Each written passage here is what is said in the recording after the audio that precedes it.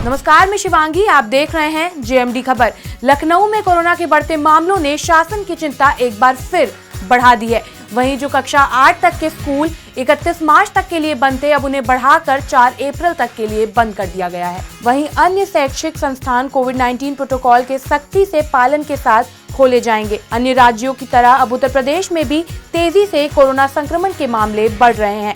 इसे देखते हुए पिछले दिनों होली से पहले मुख्यमंत्री योगी आदित्यनाथ ने वरिष्ठ अधिकारियों के साथ बैठक कर हालात की समीक्षा की। 23 मार्च को उन्होंने निर्देश दिया था कि कक्षा 8 तक के सभी निजी सरकारी और अर्ध सरकारी स्कूल 24 से 31 मार्च तक बंद रहेंगे, जबकि मेडिकल और नर्सिंग कॉलेज छोड़कर बाकी सभी शिक्षण संस्थान 25 से 31 तक बंद रहेंगे। उस आदेश के मुताबिक सभी शिक्षण संस्थान 1 अप्रैल यानी गुरुवार से खुलने थे, लेकिन तमाम सावधानियों और सतर्कता के बावजूद कोरोना के केस अब भी बढ़ रहे हैं। ट्रेनों के सुरक्षा के मद्देनजर एक नया नियम बनाया गया है। उस नियम में यात्री रात के 11 बजे से लेकर सुबह 5 बजे तक चार्जिंग पॉइंट का इस्तेमाल नहीं कर पाएंगे।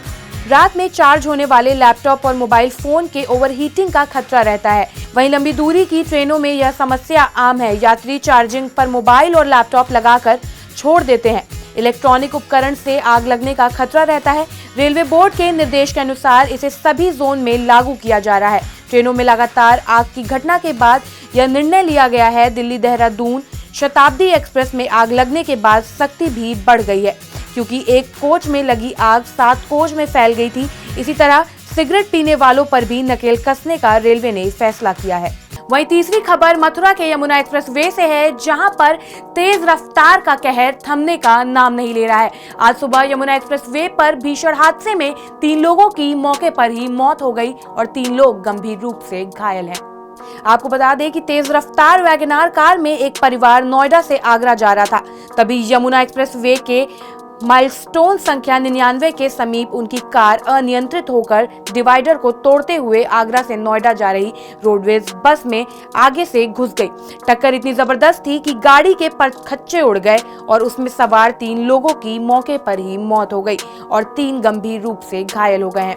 मथुरा के यमुना एक्सप्रेस वे पर हादसे की सूचना मिलते ही मांड थाना पुलिस और यमुना एक्सप्रेस वे के कर्मचारी मौके पर पहुंच गए और गाड़ी में फंसे हुए शवों को बाहर निकाला और शवों को पोस्टमार्टम के लिए मोर्चरी भेजा गया है और घायलों को इलाज के लिए अस्पताल में भर्ती कराया गया है। एसपी देहात श्री सचंद्र भी मौके पर पहुंच गए और उन्होंने घटना की जानकारी दी। आज दोपहर लगभग 1:30 बजे थाना मार्ट क्षेत्रांतर्गत यमुना एक्सप्रेस वे हाईवे पर माइलस्टोन 99 के निकट एक वैगनार वाहन एवं रोडवेज बस पर परस्पर टक्कर हो गई है, जिसके फलस्वरूप वैगनार में सवार 3 व्यक्तियों की मृत्यु हो गई है और 3 घायल हुए हैं। घायलों का उपचार हॉस्पिटल में कराया जा रहा है एवं अग्रिम कार्रवाई हेतु बॉडी को पीएम के लिए भेजा जा रहा है। घटना के विस्तृत कारणों की जांच करते हुए आवश्यक विधि कार्रवाई सुनिश्चित की जाएगी। मथुरा में होली के बाद भी ब्रज में होली की खुमारी उतरने का नाम नहीं ले रही है। ब्रज के राजा कहे जाने वाले बलदाऊ जी की नगरी में हुरंगे का आयोजन किया गया।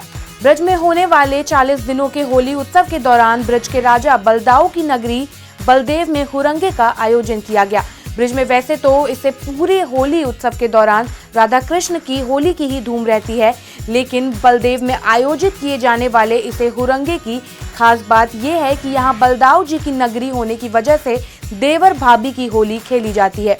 मंदिर प्रांगण में खेली जाने वाली इस होली का यहाँ व्यापक रूप देखने को मिलने की वजह से इसे हुरंगा कहा जाता है। ये दाऊ जी महाराज का हुरंगा भगवान कृष्ण बलराम की 5000 वर्ष पुरानी परंपरा है।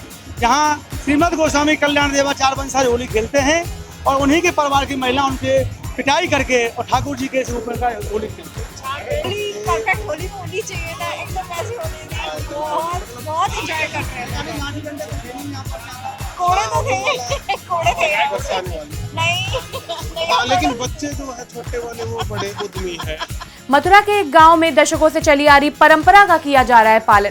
40 दिन के कठोर तप के बाद अंगारों के बीच चलकर निकलता है मोनू पंडा। जैसे ही शुभ मुहूर्त आया, मोनू पंडा ने प्रहलाद कुंड में स्नान किया और हरि नाम गुनगुनाते हुए धधकते अंगारों के बीच से निकल गया। वो कुछ पल देखकर आप हैरत में पड़ जाएंगे। इतनी विशाल और धधकते अंगारों के बीच होकर मोनू पंडा निकलता है, लेकिन खास बात यह है कि उसको खरोच तक नहीं आती। प्रहलाद नगरी गांव फालौन में होलिका पूजन के साथ ही पंडा मेला भी आरंभ हो गया।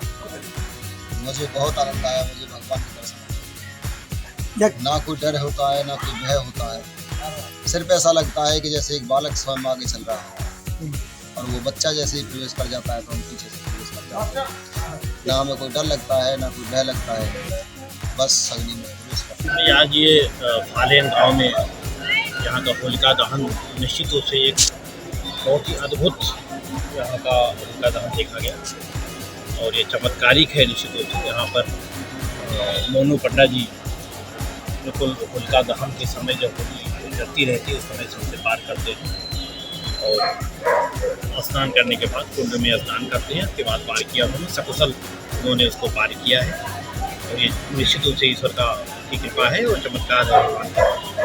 और यहाँ सब कुछ सफल संपन्न हो चुका है अब तक और आपके सबके चैनल के माध्यम से मैं सभी को होली के पर्व की सबकी शुभकामनाएं देता हूँ। फिलहाल के लिए इतना ही। बने रहिए जेएमडी खबर के साथ। नमस्कार।